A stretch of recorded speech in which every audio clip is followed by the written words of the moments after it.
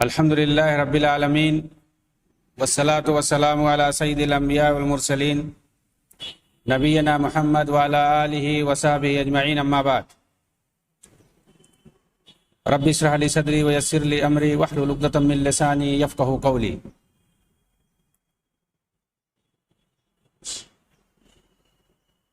محترم سامعین کرام، احباب گرامی و دیگر ناظرین کرام، اخوانیت کے تعلق سے میری بات چل رہی ہے، اور یہ کہ ان لوگوں نے کس طرح کا منہج اپنا رکھا ہے اور اس کے لیے کن لوگوں کو اپنا آئیڈیل مانا ہے۔ اس پر محمد عبدہ کے تعلق سے ہماری بات چل رہی تھی کہ حسن بننا، جن کے استاذ سید رشید رضا تھے، اور ان کے ذریعے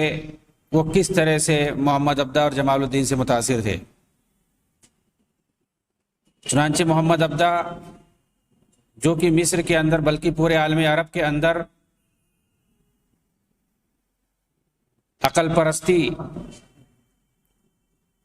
اور عربوں کے اندر بالخصوص مصر وغیرہ کے اندر الحاد اور اباحیت پھیلانے کی ذمہ دار ہیں، انگریزوں کو ایک لمبے عرصے تک مصر کے اندر باقی رکھنے کی ذمہ دار ہیں، اور انہوں نے کس طرح سے عقل پرستی کا ثبوت دیا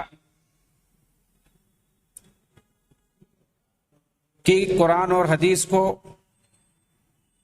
انہوں نے سائنس کی طرح سمجھنے کی کوشش کی، اور اس چکر میں انہوں نے کتنی حدیثوں کی تعویل کی، کتنی حدیثوں کا انکار کیا۔ انہوں نے اسلام کو اس انداز میں پیش کرنے کی کوشش کی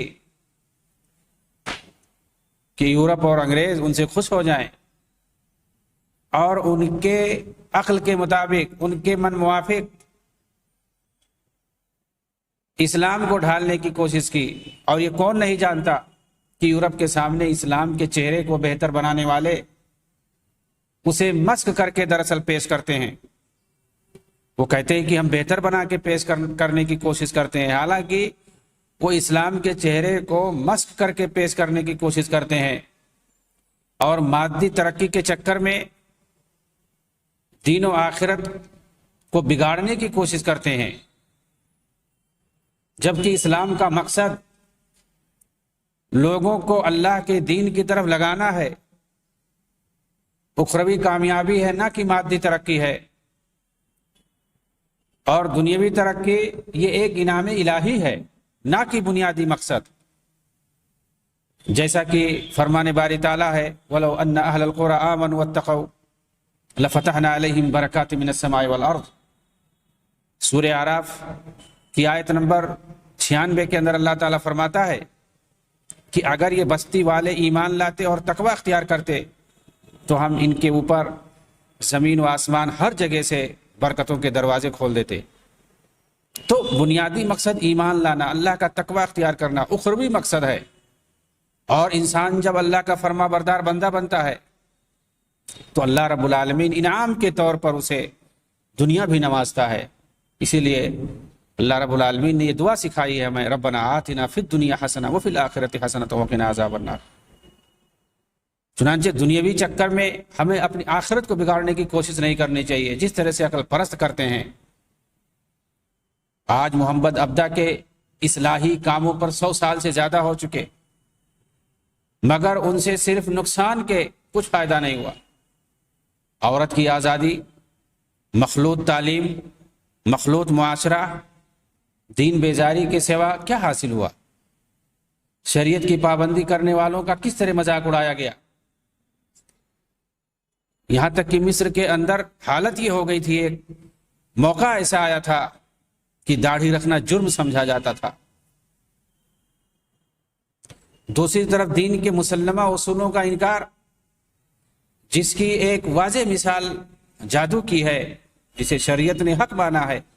مگر انہوں نے سائنس کی لوجک کو اپنا کر اسے انکار کر دیا۔ سورہ فلق کی آیت وَمِن شَرِّ النَّفَّاثَاتِ فِي الْعُقَدِ کے اندر جادو کا صاف صاف انکار کیا اور اس سے مراد چغل خور کو لیا. کہتے ہیں النمامون المقطعون لروابط الالفہ. یہاں آیت کے اندر وہ چغل خور مراد ہیں جو لوگوں کے اندر سے محبت کو ختم کر دیتے ہیں. حالانکہ اس صورت کے اندر جادو کا ذکر ہے اور ومن شر النفاثات فی العقد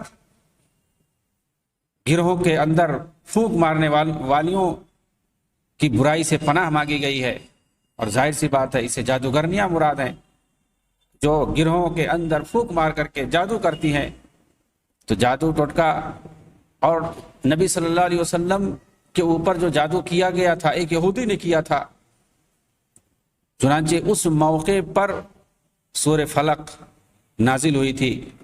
اللہ کے رسول صلی اللہ علیہ وسلم نے اس سورت کو اپنے اوپر پڑھا تھا پھونک کر کے. اس کے بعد آپ کا جادو ختم ہو گیا تھا، زائل ہو گیا تھا، جس کی تفصیل صحیح حدیثوں کے اندر موجود ہے اور متواتر کے درجے تک حدیثیں ہیں.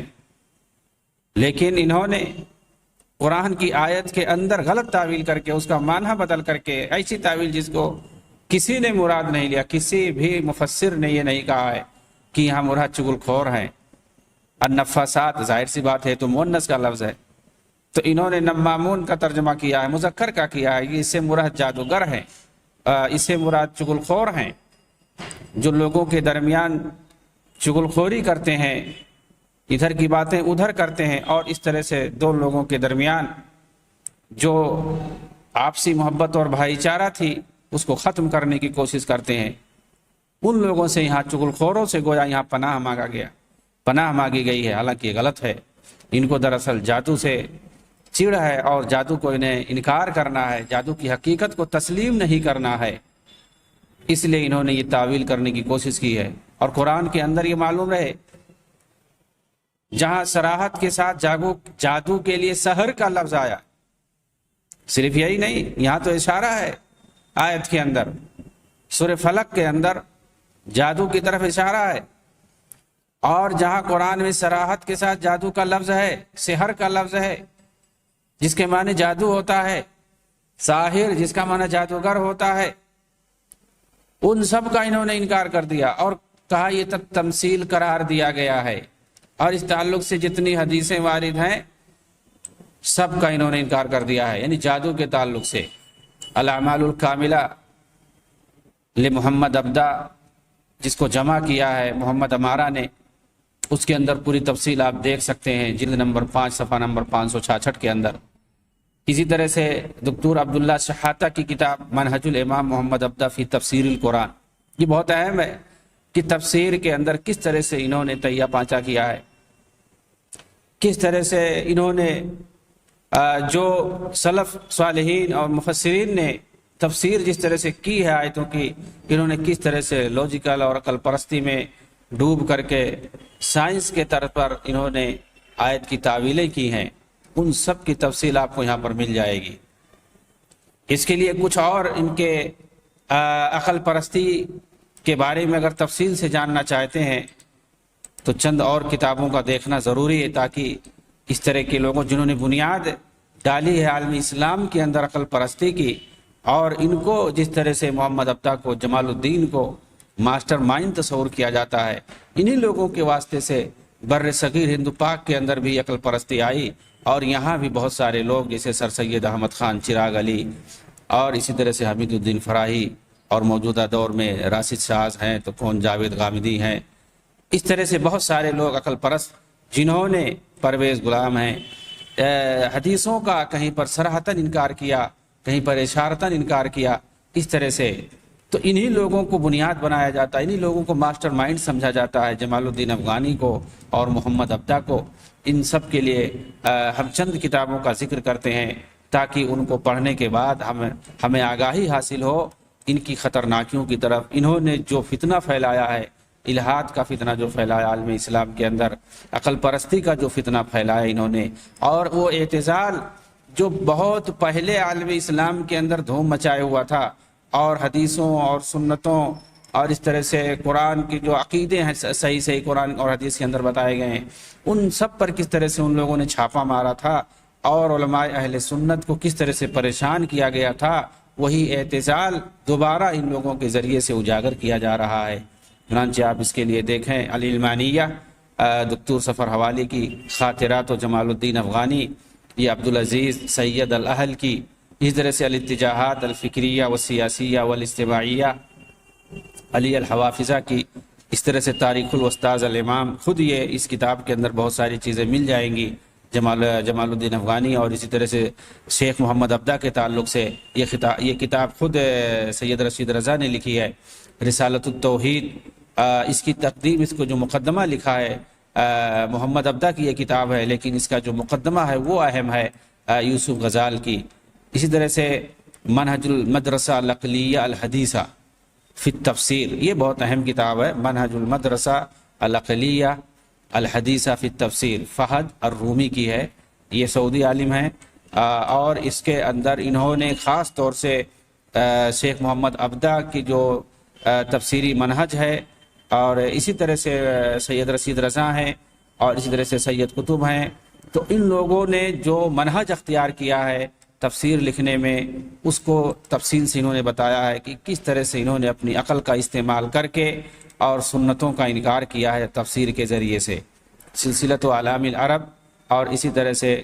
احمد لطفی سید کی کتاب ہے، قاسم امین کی کتاب ہے، خالد محمد خالد کی کتاب ہے ڈیموکراتیہ۔ تو ان ساری کتابوں میں آپ شیخ محمد ابدا اور جمال الدین افغانی کے جو فکری انحرافات ہیں، خاص طور سے عقل پرستی کی وجہ سے اور مغرب نوازی کی وجہ سے ان لوگوں کے اندر جو فکری انحراف آئے، عقدی انحراف آئے، ان سب کی تفصیل آپ سمجھ پائیں گے۔ شیخ محمد ابدا ان کے اندر جہاں بہت ساری خرابیاں تھیں، انہوں نے اصلاح کے نام پر تقریب بین الادیان کی کوشش کی۔ تقریب بین الادیان مطلب بہت سارے ادیان کو ایک پلیٹ فارم پر جمع کرنا۔ جمال الدین افغانی کی طرح شیخ محمد ابدا نے بھی تقریب یعنی مختلف عقائد اور ادیان کے لوگوں کو ایک پلیٹ فارم پر اکٹھا کرنے کے لیے ایک تنظیم بنائی، جو جمال الدین کے العروۃ الوثقی سے بھی زیادہ خطرناک تھی۔ انہوں نے شیعہ سنی مسلمانوں کے ساتھ عیسائیوں اور یہودیوں کو بھی ایک ساتھ قریب کرنے کے لیے بیروت لبنان کے اندر ایک دینی سیاسی خفیہ تنظیم کی بنیاد ڈالی۔ اس تنظیم کے قیام میں صرف یہی نہیں تھے، مرزا باقر، پیرزادہ عارف ابو تراب، یہ سب شیعہ تھے، رافضی تھے۔ بیروت کے قاضی رامز بک، ترکی کے لڑکے جمال بک، یہ سب شامل تھے اس میں۔ پھر اس تنظیم کے اندر ایک ایرانی وزیر معید الملک بھی شامل ہوا۔ اسی طرح آستانہ میں ایرانی سفارت خانے میں رہ چکے مشیر حسن خان بھی شامل تھا۔ یہ سب کے سب ایرانی شیعہ روافظ تھے۔ ان ایرانی شیعہ روافظ کے علاوہ عیسائیوں اور یہودیوں میں سے پادری اسحاق ٹیلر، جی ڈبلیو لنٹر، شمعون مولیال وغیرہ بھی شامل تھے۔ ان کے علاوہ بھی کئی انگریز اور یہودی تھے۔ اس تنظیم کے اندر جو تقریب بین الادیان کے نام سے بیروت میں شیخ محمد ابدا نے بنائی تھی، خفیہ تنظیم بنائی تھی، اس تنظیم کے صدر خود شیخ محمد ابدا تھے، جبکہ اس کے سیکریٹری خاص آپ کہہ سکتے ہیں مرزا باقر تھا۔ یہ ایرانی شیعہ تھا، یہ پھر عیسائی ہو گیا تھا اور اپنا نام مرزا یوحنا رکھ لیا تھا، پھر واپس شیعہ ہو گیا، یہ مرزا باقر۔ اور یہ پوری تفصیل کوئی دوسرا نہیں، سید رشید رضا نے خود شیخ محمد ابدا کی زندگی پر جو کتاب لکھی ہے تاریخ الوسطاذ الامام، اس کے اندر نقل کیا ہے تفصیل سے۔ اس تنظیم کے ذریعے اس کے سارے ارکان نے وحدت ادیان کی طرف دعوت دی۔ شیخ محمد ابدا پادری اسحاق ٹیلر کے پاس خط لکھتے ہیں کہ میرا یہ خط اس شخص کی طرف ہے جس پر حق کا الہام ہوا ہے۔ یہ ان کا ساتھی تھا، اس کے پاس اس طرح کا خط لکھتے ہیں کہ میرا یہ خط اس شخص کی طرف ہے جس پر حق کا الہام ہوا ہے، وہ صرف سچ بولتا ہے۔ یعنی محترم پادری اسحاق ٹیلر ایدہ اللہ فی مقصدہ ووفاہ المذکور من مودہ کی طرف یہ میرا خط ہے۔ یہاں تک کہ آگے انہوں نے اس خط میں لکھا، ہم اس وقت کا انتظار کر رہے ہیں جب نور عرفان پورے طور پر چمک رہا ہوگا اور جس کی روشنی سے غفلت کی تاریکیاں چھٹ جائیں گی اور دونوں عظیم ملتیں یعنی عیسائیت اور اسلام ایک ساتھ مل جائیں گے۔ حقیقت یہ ہے کہ اب دونوں ملتیں ایک دوسرے سے مل چکی ہیں، محبت کا مصافحہ اور الفت کا معانقہ کر لیا گیا ہے۔ اب وہ تلواریں ٹوٹ جائیں گی جو کبھی دونوں ملتوں کے ماننے والے نکال لیا کرتے تھے۔ یہ شیخ محمد عبدہ نے اپنے عیسائی پادری اسحاق ٹیلر دوست کے پاس لکھا تھا۔ اس طرح کی بات انہوں نے کہی تھی کہ اب جو دن آنے والا ہے کہ عیسائیت اور اسلام دونوں مل جائیں گے۔ تو تقریب بین الادیان کے نام پر اس طرح سے انہوں نے کام کی ہے۔ یہ الاعمال الکاملہ لمحمد عبدہ جو محمد امارہ کی کتاب ہے، تحقیق اور جمع کے ساتھ اس کی دوسری جلد میں تفصیل سے لکھا ہوا ہے۔ آگے شیخ محمد عبدہ نے لکھا کہ میں تورات، انجیل اور قرآن کو ایک سمجھتا ہوں، یہ سب ایک دوسرے کی تصدیق کرتے ہیں، تینوں ملتوں کے ماننے والے سب کا احترام کرتے ہیں۔ ضرور اب اللہ کا نور غالب آئے گا اور اس کا دین بلند ہوگا۔ حسن بنا کے پیر اور محمد رشید رضا کے شیخ محمد عبدہ ایک طرف یہودیوں اور عیسائیوں سے مسلمانوں کو قریب کرنے کے لیے ایڑی چوٹی کا زور لگا رہے ہیں،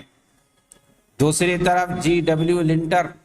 لندن کے اخبار ٹیلی گراف کے اندر الاسلام والمدارس المحمدیہ کے عنوان سے یہ مضمون لکھ رہا ہے، جس کے اندر مسلمانوں اور ان کے نبی کریم کے خلاف پروپیگنڈا کرتا نظر آ رہا ہے، بلکہ اس مضمون کے اندر رسول اکرم صلی اللہ علیہ وسلم کو جھوٹا نبی کہتا ہے، نعوذ باللہ۔ یعنی ایک طرف یہ شیخ محمد عبدہ عیسائیوں کے پاس خط لکھتے ہیں کہ ہم دونوں اب بالکل قریب ہو رہے ہیں، انجیل کو قرآن کی طرح مان رہے ہیں، عیسائیت کو اسلام کے برابر سمجھا رہے ہیں لوگوں کو، اور اس کو حق بولنے والا بتا رہے ہیں، اور یہاں عیسائی جو اسی تنظیم کے اندر کام کرتا ہے، انہی کی بنائی ہوئی تنظیم کے اندر جو اہم رکن ہے، وہ لندن میں بیٹھ کر کے اسلام کے خلاف پروپیگنڈا کر رہا ہے، ہمارے نبی کے خلاف پروپیگنڈا کر رہا ہے، اور یہ لوگوں کو عیسائیت کی طرف بلا رہے ہیں، دعوت دے رہے ہیں۔ جمال الدین اور محمد عبدہ کی یہ حرکت بالکل اسی طرح سے ہے جس طرح بعد میں اسی تقریب کی پلیٹ فارم سے حسن بنا اور دیگر اخوانیوں نے کیا کہ مسلمانوں کو رافضی شیعوں کے قریب کرنے کے لیے ایڑی چوٹی کا زور لگا دیا، اور وہ سنی مسلمانوں کو اپنا دشمن مان کر انہیں قتل کرنے میں لگے رہے، اور صحابہ اور امہات المومنین کو گالی دیتے رہے، اور یہ لوگ ان کی تعریفیں کرتے رہے شیعوں کی، رافضیوں کی، اور اہل سنہ مسلمانوں کو ان سے قریب کرنے کی کوششیں کرتے رہے زندگی بھر،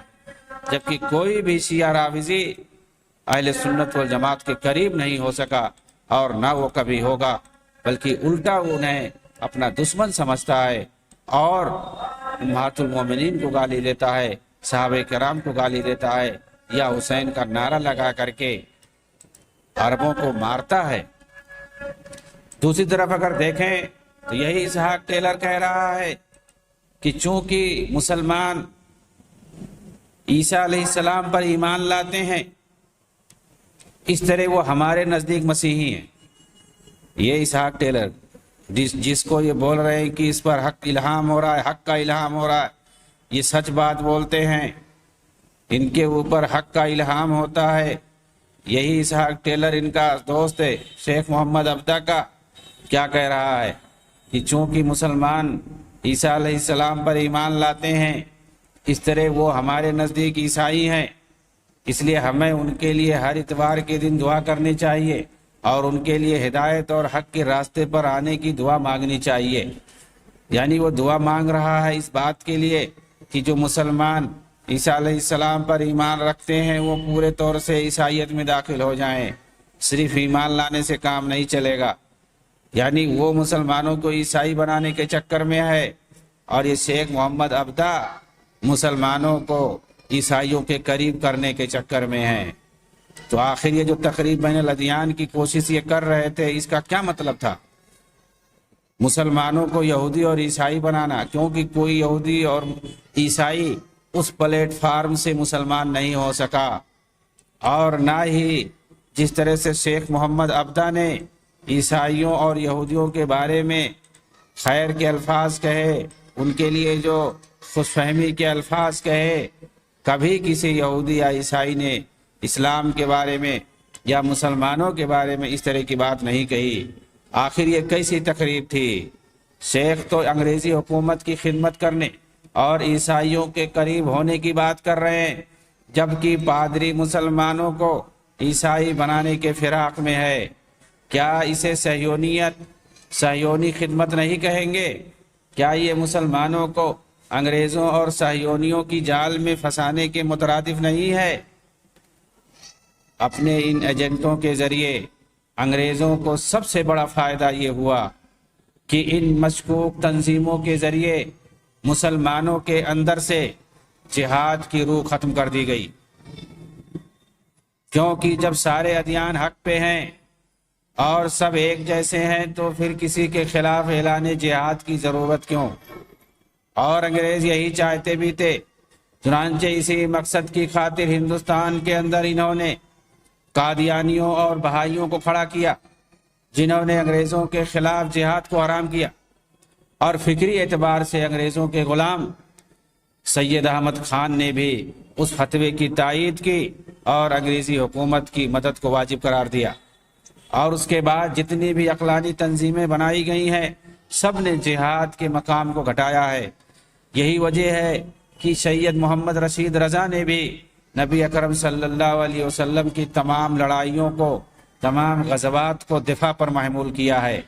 الوحی المحمدی کے اندر انہوں نے صفحہ نمبر 272 پہ صاف صاف لکھا ہے کہ نبی اکرم صلی اللہ علیہ وسلم نے اپنی زندگی میں جتنے غزوات کی ہیں سب دفاع عن النفس کے طریقے سے تھے، دفاع عن النفس کے طور پر تھے۔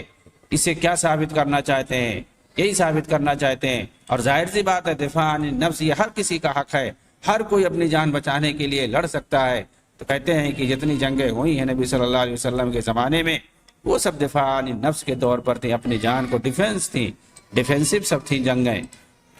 اسی لیے انگریزوں نے ہمیشہ ایسی تنظیموں اور جماعتوں کی مالی اور سیاسی اعتبار سے ساتھ دیا ہے اور دیتے آ رہے ہیں۔ چنانچہ جب بھی ایسے لوگوں کو عالم اسلام میں قید و بند کی نوبت آتی ہے تو فوراً انگریز انہیں اپنے ممالک میں بلا کر کے ہر طرح ان کے عیش و آسائش کا انتظام کر دیتے ہیں، پھر مکمل طور پر انہیں اپنے لیے آلے کار کے طور پر استعمال کرتے ہیں۔ یہ انگریزوں کے آلے کار ایک طرف توحید ادیان کی طرف مسلمانوں کو دعوت دیتے ہیں اور اپنے آقاؤں کے ملک میں پیرس، ویٹکن سے لے کر کے لندن اور نیو یارک تک عائش کرتے ہیں، تو دوسری طرف ہم دیکھتے ہیں کہ انہی کے آقا مسلم ممالک میں اپنی فوجوں کو بھیج کر کے مسلمانوں پر بم برساتے ہیں، اور کہیں پر ملک عیسائیوں کے ہاتھ میں دے دیتے ہیں جیسے لبنان ہے، اور کہیں پر پورا ملک صہیونیوں کے ہاتھ میں دیتے ہیں جیسے فلسطین ہے،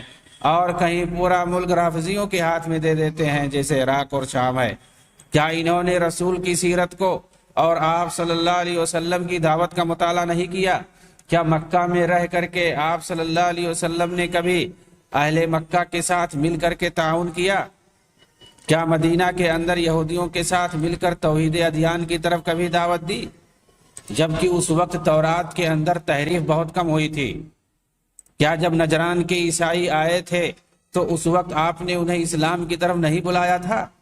کیا ان کے ساتھ مل کر کے توحید ادیان کی طرف آپ نے دعوت دی تھی؟ کیا انہیں نہیں پتا کہ آپ نے ہر دو جگہ صرف لوگوں کو اسلام کی طرف دعوت دی تھی، کبھی دین کے نام پر کسی سے مصالحت نہیں کی تھی؟ حضور اکرم صلی اللہ علیہ وسلم کی زندگی میں ایسے مواقع بہت آئے۔ اگر توحید ادیان یا تقریب ادیان میں کچھ بھی بھلائی ہوتی تو آپ صلی اللہ علیہ وسلم اسے ضرور کرتے۔ آپ صلی اللہ علیہ وسلم نے شاہ روم ہرقل کے پاس خط لکھا تھا، میں تمہیں اسلام کی طرف بلاتا ہوں، اسلام لے آؤ سلامت رہو گے، اللہ تمہیں دوہرا اجر عطا کرے گا، اگر نہیں مانو گے تو تم پر تمہاری رعایا کا بھی گناہ آئے گا۔ قل یا اہل الکتاب تعالوا الی کلمۃ سواء بیننا وبینکم الا نعبد الا اللہ ولا نشرک به شیئا ولا يتخذ بعضنا بعضا اربابا من دون اللہ فإن تولوا فقولوا اشہدوا بأننا مسلمون۔ کہہ دیجئے کہ اہل کتاب آؤ ایک کلمے کی طرف جو ہمارے اور تمہارے درمیان برابر ہے، وہ یہ کہ ہم اللہ کے سوا کسی کی عبادت نہ کریں، اس کے ساتھ کسی کو شریک نہ ٹھہرائیں، اور اللہ کو چھوڑ کر کے کوئی کسی کو معبود نہ بنائے۔ اگر وہ بات کا انکار کرتے ہیں، اس بات کو نہیں مانتے ہیں، تو کہہ دو کہ ہم یہ گواہی دیتے ہیں کہ ہم مسلمان ہیں، اللہ کے فرما بردار بندے ہیں۔ کیا شیخ محمد عبدہ اور ان کے مریدوں کے لیے یہ مناسب نہیں تھا کہ رسول اکرم صلی اللہ علیہ وسلم اور کلام باری کو اسوہ مان کر کے تقریب مذاہب یا توحید ادیان کی بجائے دین اسلام کی طرف لوگوں کو بلاتے اور اپنے عیسائی اور یہودی ساتھیوں پر اسلام کی صحیح تعلیمات پیش کرتے، تاکہ وہ اپنے ملکوں میں اسلام کی شبیہ کو خراب نہ کرتے؟ انہیں پتہ چلتا کہ اسلام کی سچی تعلیمات کیا ہے، اسلام کا سچا چہرہ کیا ہے۔ ان کے سامنے اگر آتا سچا چہرہ اسلام کا، اور ان کے سامنے جب اسلام کی صحیح تعلیم آتی قرآن حدیث کی روشنی میں، تو یقیناً وہ سوچنے پر مجبور ہوتے۔ لیکن ان عقل پرستوں نے، مستشرقین نے، صہیونیوں نے اور صلیبیوں نے کبھی بھی اسلام کا حقیقی چہرہ، اسلام کی صحیح تعلیمات یورپ کے اندر پھیلنے نہیں دیا۔ اور جب بھی کسی عیسائی کو اسلام کی صحیح تعلیمات ملی ہے اور اس نے صحیح سے مطالعہ کیا ہے، تو اسلام لانے کے لیے مجبور ہوا ہے، اور اسے یہ کہنا پڑا ہے کہ ہم تک جو ہے اسلام کی صحیح تعلیمات نہیں پہنچائی گئی ہے، اسلام کے صحیح اور سچے چہرے کو ہمیں دکھایا نہیں جا رہا ہے۔ دراصل انہی لوگوں کی پمفلٹ، انہی لوگوں کے لٹریچر جو مسخ شدہ چہرہ اسلام کا پیش کیا گیا ہے عقل پرستی کے ساتھ، وہ ساری چیزیں اس قدر مشہور یورپ میں پھیلا دی گئی ہیں، حتیٰ کہ دستاویزی فلمیں بنا دی گئی ہیں۔ لوگ اسی کے ذریعے سے اسلام کو سمجھتے ہیں، جس میں دہشت گردی بھی ہے، جس کے اندر الحاد بھی ہے، جس کے اندر بے حیائی بھی ہے۔ ساری چیزوں کو ان لوگوں نے جواز کا درجہ دے کر کے سب کچھ رائج کر دیا ہے۔ چنانچہ جب اس طرح کا اسلام ان کے یہاں پہنچتا ہے، تو وہ کہتے ہیں کہ یہ چیز تو ہمارے یہاں بھی ہے، اسلام لانے کی ہمیں کیا ضرورت ہے؟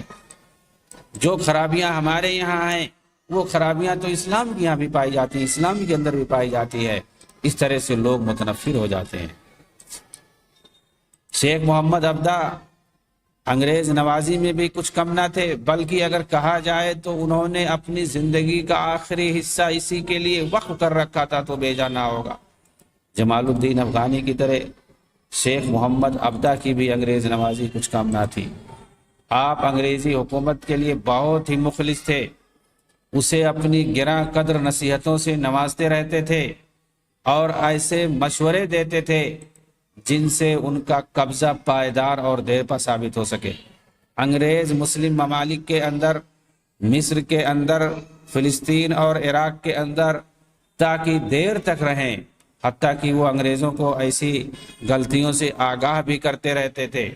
کہ جن میں پڑھ کر ان کے قبضے کو خطرہ لاحق ہو سکتا تھا۔ اس کی ایک واضح مثال یہ ہے کہ ایک بار لارڈ کرومر جو وائسرائے تھا، مندوب تھا انگریزوں کا، مصر کے اندر لوکل محاکم یعنی لوک عدالت کو ختم کر کے سب کو عام عدالتی نظام سے جوڑنے کا فیصلہ کرنے جا رہا تھا، مگر شیخ محمد عبدہ نے اسے مشورہ دیا کہ سیاسی اعتبار سے یہ بہت بڑی غلطی ہوگی، کیونکہ اس کے اندر جتنے لوگ جڑے ہوئے ہیں اور ایک کثیر تعداد ہے، وہ بہت ہی عمدہ عقل اور دماغ اور قلم اور لسان کے مالک ہیں، بے روزگار ہونے کی صورت میں سب کے سب سیاست میں آ جائیں گے، پھر حکومت کے لیے یہی افراد مزید مشکلات میں ڈال دیں گے۔ چنانچہ اس عمدہ نصیحت کو، اس عمدہ مشورے کو سید رشید رضا نے ان کی سنوانے والی کتاب تاریخ الاستاذ الامام کے اندر ذکر کیا ہے، جلد نمبر 1 صفحہ نمبر 922 کے اندر۔ اور یہ تعریف کے پیرائے میں انہوں نے ذکر کیا ہے کہ شیخ محمد عبدہ نے کس طرح سے عمدہ مشورہ دیا انگریزی حکومت کو، اور وہ ایک بہت ہی تاریخی غلطی کرنے والی تھی، بہت بھیانک غلطی کرنے والی تھی سیاسی اعتبار سے، لیکن شیخ محمد عبدہ کے مشورے کو مان کر کے اس نے اپنی اس غلطی کی تلافی کر لی اور باز آگے۔ اس گراں قدر مشورے پر عمل کر کے کرومر نے اپنا فیصلہ چنانچہ رد کر دیا۔ شیخ کے اسی اخلاص اور محنت کی وجہ سے لارڈ کرومر نے ایک بار کہا تھا کہ مصر میں جب تک برطانیہ کی حکومت رہتی ہے تب تک شیخ محمد عبدہ یہاں کے مفتی عام رہیں گے۔